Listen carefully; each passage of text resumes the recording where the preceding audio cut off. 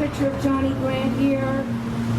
It's sorely missed. I want to say I'm so proud to be here to be able to honor you. As you were here honoring me just a few feet away, I would never have lasted or begun in this business if it wasn't for the class and enthusiasm and taste of this man right here.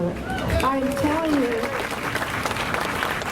there's not many artists that can say that the reason I started in this business and then continued my second bloom 20 years later was I was signed at Warner Brothers in 1971 by Joe Smith, and I was signed at Capitol in 1989 with Joe Smith. And thank you for my career and my life that I still love so much. I just want to say a few words, and I'll try not to gush too much, but it's hard because, as Jackson so eloquently said, there's not many people that give it to you straight, that aren't underhanded, that allow you the kind of focus and control to be able to do what you do best and run a ship at both Warner Brothers and Capitol, in my experience, where he hires the best people that also have the artist's long-term integrity at stake. It's not about this quarter's bottom line. It's about developing artist relationships with the A&R departments and the promo departments and radio, and he knew from being in radio what it takes to get a record played.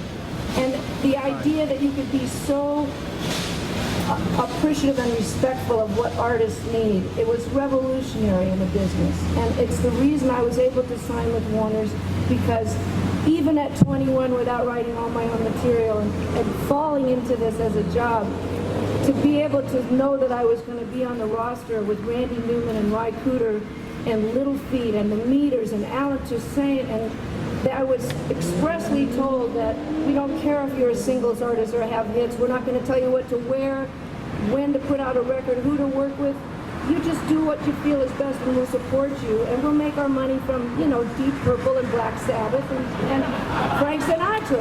If it was revolutionary to be in a family-run business, I don't think anybody could say more and know how special that time was at Warner Reprise over across in Burbank. It was just an unbelievably fun, wild, circus acts coming through with Bob Garrett, Stan Cornyn coming up with all kinds of promotion things. It was a big party in the best sense of the word, mutual respect, and it was no bean counters overseeing what we were doing. We just had music people in charge, and they hired other music people, and they happened to know how to promote records without any compromise on the artist's part at all. So from the time I was at Warner's, I knew it was a very special family-run organization. And I never expected to be up there with those artistic giants, and you made me feel welcome.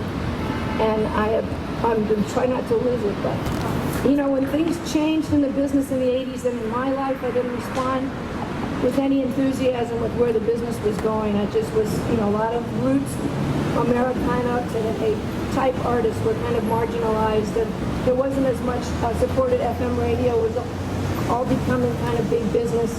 If you didn't pull in the hit singles and you didn't have a certain look, you were kind of pushed to the wayside. And after a tricky bunch of years, this man came one more time with the help of my managers and took another chance on me at Capitol. And none of us could have expected that Nick of Time would have done what it did, including Joe, I think. But I'll never forget, even before I won those Grammys for that album, they did such an incredible job with the team that he brought over to Capitol. And just the statement of what this guy has done in his life, the nexus of sports and music, which in my band, you can't even make one more important than the other.